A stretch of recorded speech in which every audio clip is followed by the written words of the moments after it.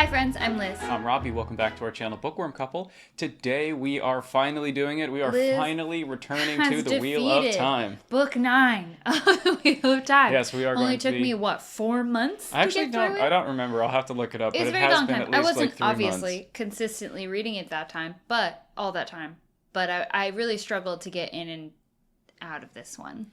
Yeah, so we are going to be that says a talking lot. about Book 9 of the Wheel of Time, Winter's Heart. Mm-hmm. And you are officially well over halfway. I know. And you know what's funny is I convinced myself at one point when I was finishing this, I was listening to the audiobook and I was like, oh my God, I'm so close. This is a 12-book series. This is the 9th book. I don't know where the 12 came from in my head. And then I was like, wait a minute.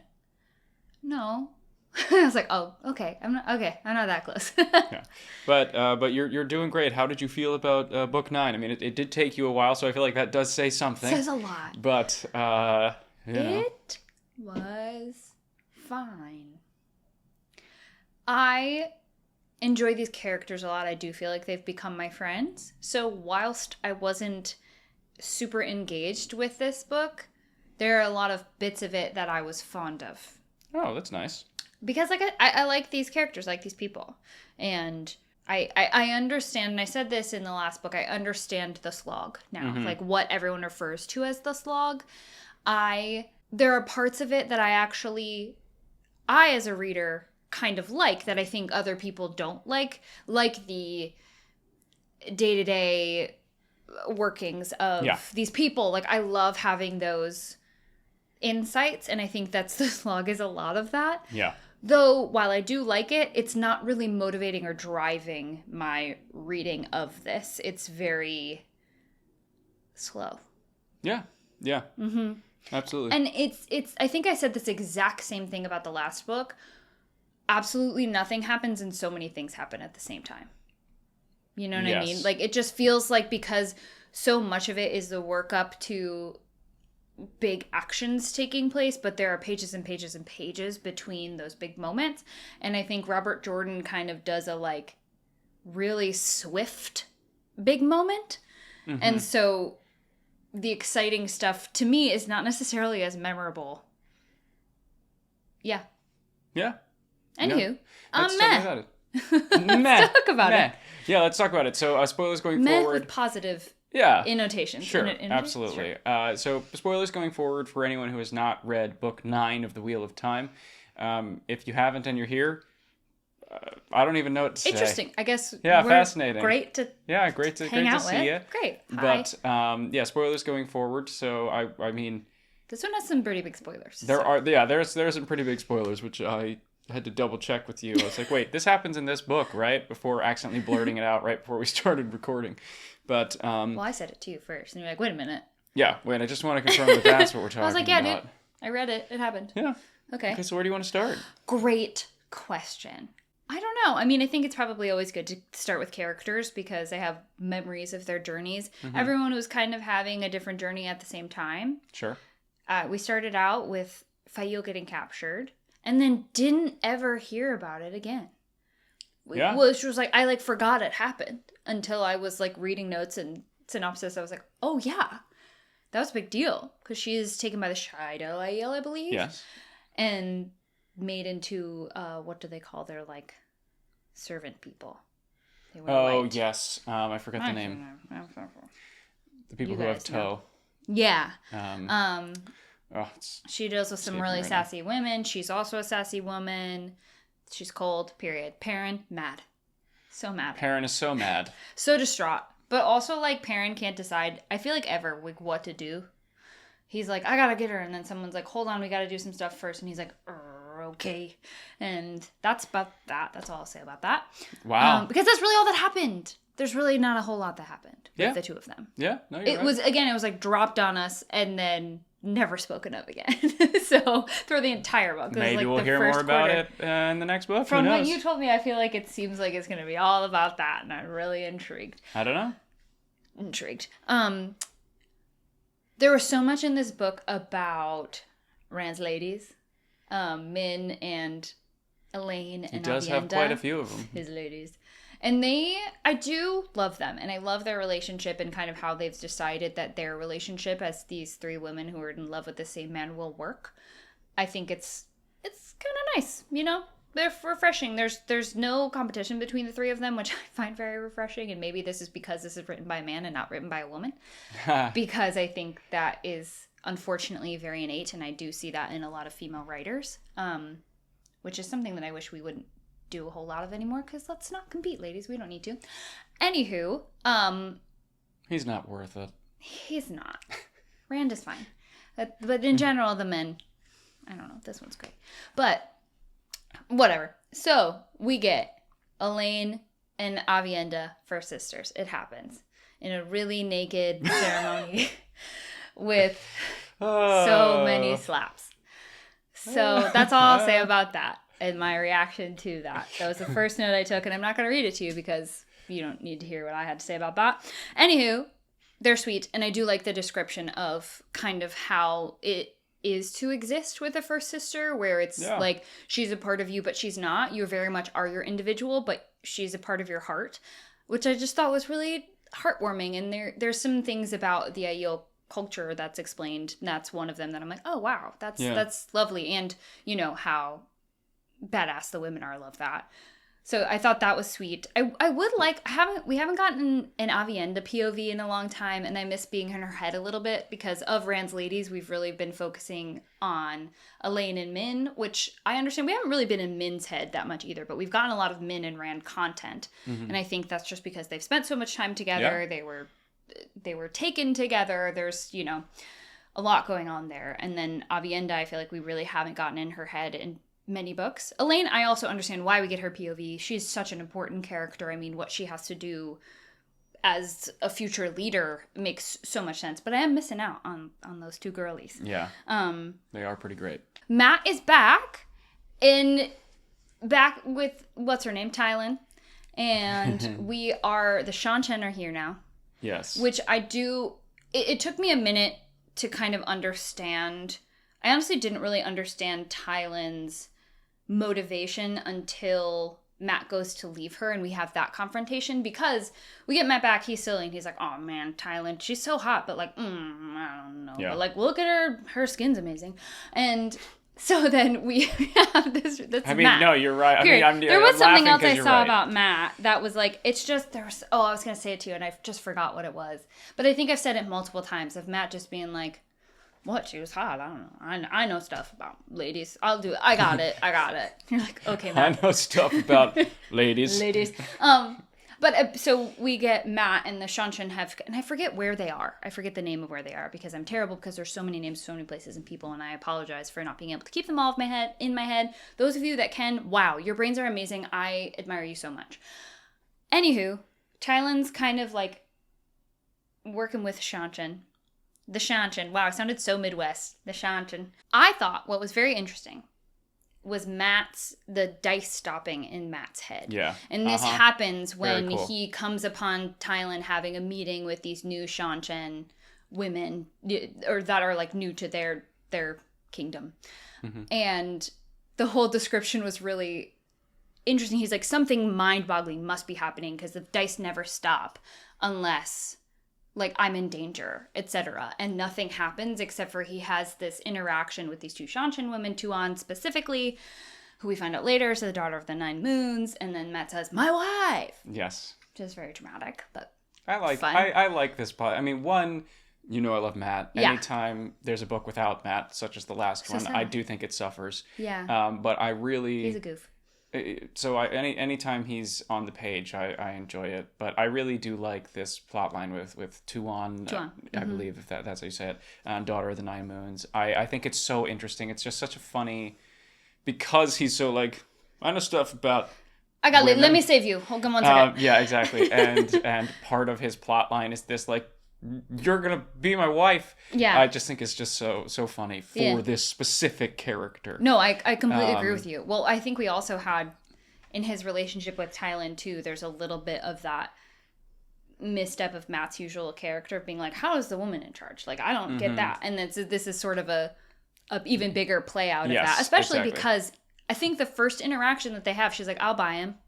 She offers to buy him. She offers to buy him. Yes, he's like, wait a minute, what? Yes. And I also think in his head, his reaction is sort of like, and Tylan gets he's jealous. Like, what? If And then I he's remember like, wait, correctly. I mean, a little bit, but not too much. She has an interesting arc in this story because obviously, like I said, with the Shan Chen, she leaves, and whilst she's gone, Matt plots his escape, hoping that he'd be able to leave without her because he knows that in his head she will not let him leave. Mm-hmm. But as he's about to leave, she comes home early. And I actually thought the conversation that they had was really interesting, and it said a lot to me about Tylan and especially her relationship with the Shan Chen, because her first reaction was like, I know you have to go. And I think it almost seemed as if he was like, well, I guess you can come, based off of that reaction that she had of like, oh, he kind of felt bad. And then she sort of says of like, I can't, I have to take care of what's happening here by working with the Shan Chen. And I thought it was interesting because I think you could very easily put her in a box of bad. But there's so many things with that character that it's like these little like sprinkles of, oh, this is a woman doing what she has to do to maintain control. And I was expecting to be very frustrated. The moment I got to the page where I was like, oh, crap, she's here, I was like, oh, great, this is going to be terrible. But it was really more of like, I know you have to leave. You have to tie me up so that they don't think that I was and had any part in it. Yeah. And then they kind of have that conversation if she's like, I have to take care of my people and like... Yeah. Love you, Piglet, but you have to go. Piglet. Oh, God. She's got some good ones. There was a comment, was it in this book or was it in the last book, where she said something about him that was like, if you get in bed with a fox, he's bound to be a fox. Something. Always making animal references. But I thought that was interesting and unexpected. Yeah. We got some of our besties together in this book. Nynaeve and Lan and Rand and Elaine and Min and Aviendha all end up in the same place for a while, which is interesting. All the girlies are like, Rand, you're going to bond all of us, and this is going to happen. He's like, what? No. And then he's like, okay. I guess. Sure, fine. I guess so. And I think it was before all of the bonding and things, but there's a lot of, I often enjoy the companionship of Rand and Nynaeve and how often they're paired together because of their power. Mm-hmm. And she's sort of, it seems in many instances become his female equal, and there's a sense of trust between the two of them and respect, which I really like. But then there's also Nynaeve putting Rand in his place, and I don't think anyone else really does it like Nynaeve does it. And it's truly delightful. I also had a note here, Matt and his fireworks girl. Oh, yeah. I liked that part too. It was kind of funny.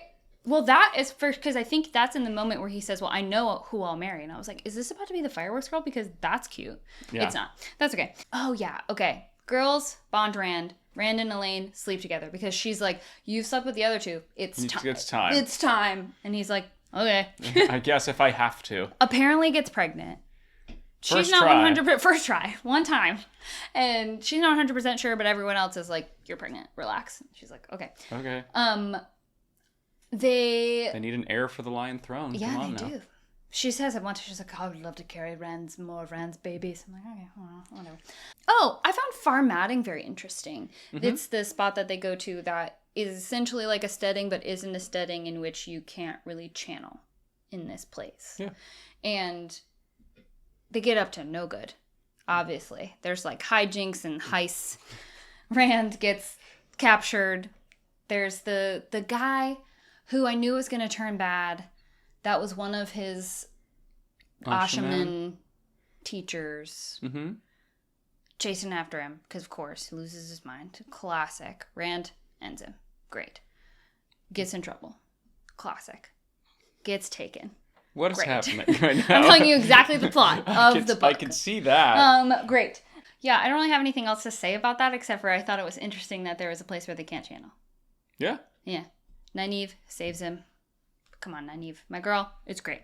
Oh, also, in classic Matt fashion, before he leaves Ebudar, which I remembered, that's where he was. Remember, I read it. he's like, well, I gotta free these girls. They don't know how to do it. Let me help them. It's gonna be great. Because he ends up freeing a few. He also, his attitude is always, you can tell that he's like, this is what's right, but he's like, gotta do that. Yeah. And it's like, Matt, you actually don't have to do that, but you've decided to do that, so you're like now acting like you don't want to do it when it's like. That's why he's so great. I do like that. Because he is a good person. We've talked about this in it's so true. It's just very funny. He is a good person. He's like begrudgingly a good person. He hates that he is a he hates that he has to. It's like, I guess I have to free this Aes Sedai. There's another one, and I have to free her too. Because they've been taken by the Seanchan. Yeah. And we love our boy Matt for that. And then crazy things happen. This is a major issue that I have with reading these books is so much happens off the page with an expectation that you're following, especially in major moments. We skip POVs a lot, which I personally find very confusing. I understand it in like battle scenes to kind of give you that vibe. But so often, especially at the end of the books when you have the big thing happening, because that happens in many books, definitely in a Robert Jordan book for sure, he swaps POVs whilst it's happening and things, but keeps the timeline the same. So everything's happening at the same time, and something may have happened in someone else's POV to someone, and then you get to their POV and they're in that state. I find it very hard to follow. But that's just me personally. Rand and Nynaeve teaming up. We're going to cleanse Saidin.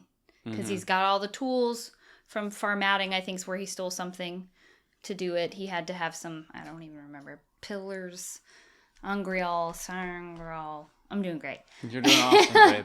I do, again, and I was pumped. We get to this point, Rand's like, I'm doing this. Nynaeve, tag in. And I just love that, specifically with Nynaeve, he's like, I need you. You've got me. There's like a level of equality there that he sees in her that I enjoy. Yeah. Because Rand, his status in this world would mean that he wouldn't really have to do that. Except for in this instance, because he does need someone who can channel the female source of power. Mm-hmm. So we do it. We cleansed it. We got rid of the taint. A lot of things happened. Because he was doing it all the Forsaken. And that's where I got confused. Because it was like, this is a 900-page book? I think it's like almost 800 maybe. 800-page book. This was like the last 3 pages. Which to me is not justified. And there's not enough time with it, personally. Because I've spent all of this time where there's not a lot of action happening. And then this really action-packed moment that skips from people to people to people. And it ends and like, I know this is supposed to be a big deal.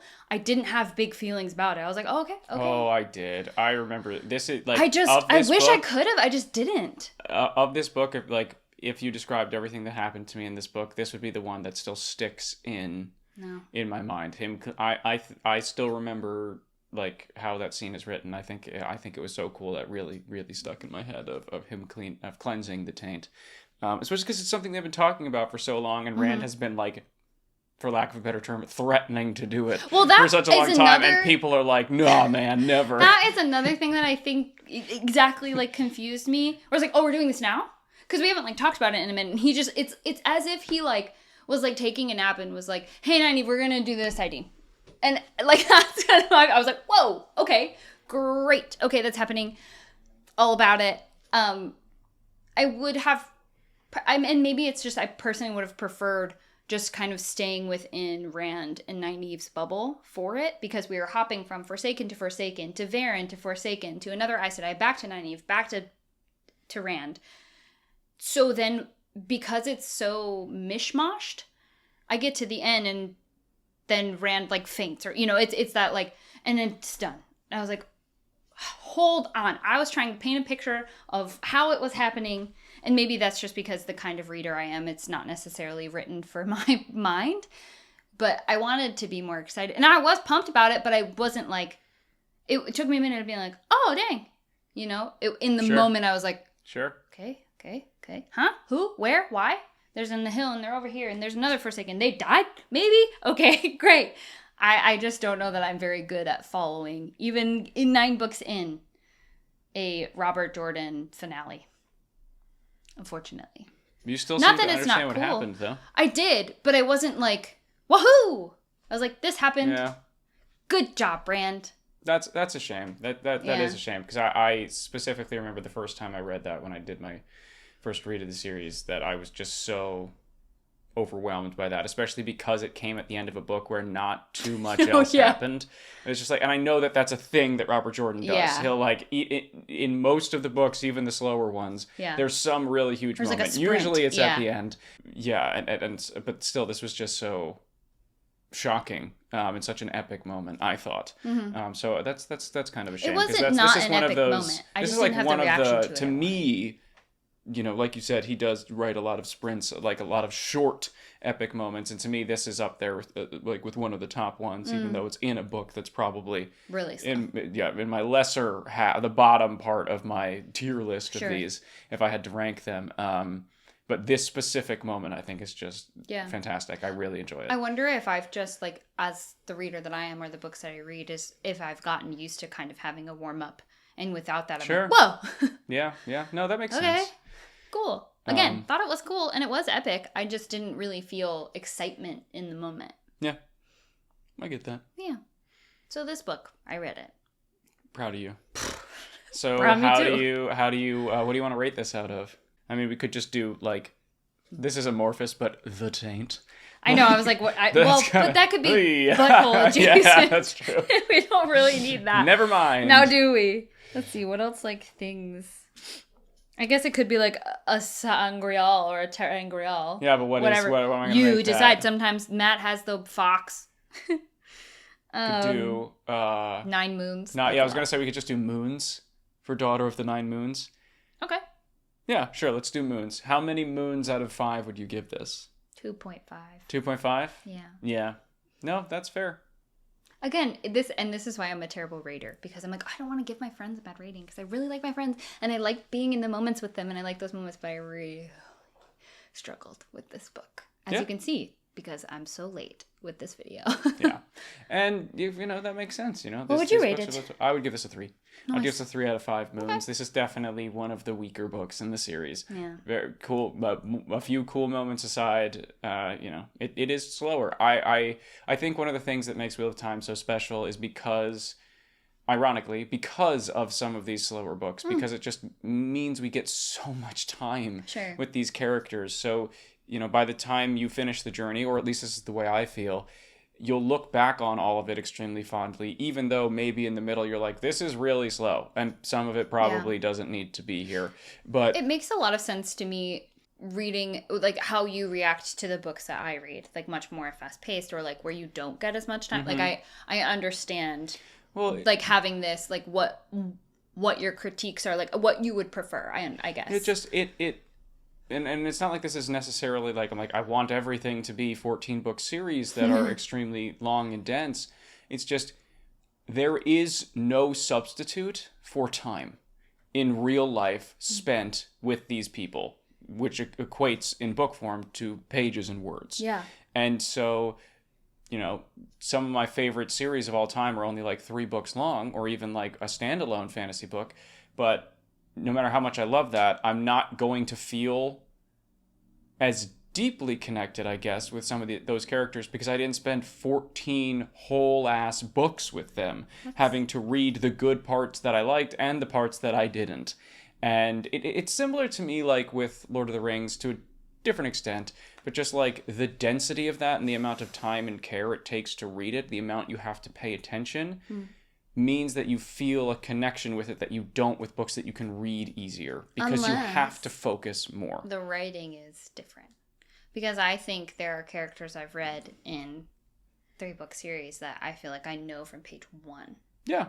I'm just saying in more like time spent. I do. Yeah, no, I do understand what you're saying. Yeah, that's totally valid. And because there are also authors who can get those things across without spending 14 books doing it. Right. And that's neither good nor bad. It's just different. But yeah, I think that is part of what makes the Wheel of Time so particularly special. Yeah. It's that you have, if you want to finish it, you're gonna have spent a ton of time. You're gonna have spent a real, like, I mean, it took me a full year to read all of these books. And you will have spent, I spent a full year of my life with these people. I didn't read anything else, and I just was with these characters and in this world for a full year. And I remember that year. I've read 60-something books this year in dozens of worlds with hundreds, maybe even thousands of characters. You can't really compare those two things. Yeah. Anyway, that's all. That's another Wheel of Time book. Let us know what you think of this one in the comments. I know that this is one of the lower rated ones for most people, but let us know what your favorite or least favorite parts are. And hopefully we will get back with the next book in the Wheel of Time, book 10. Wish me luck. Sometime in the next few months. I'm not even gonna try and put a timer on it. It'll just pop up 1 month, and it'll be a fun surprise for those of you who like these videos. Try my best. But that being said, thank you for watching. Please like, subscribe, all that YouTube stuff, and we'll see you on our next adventure.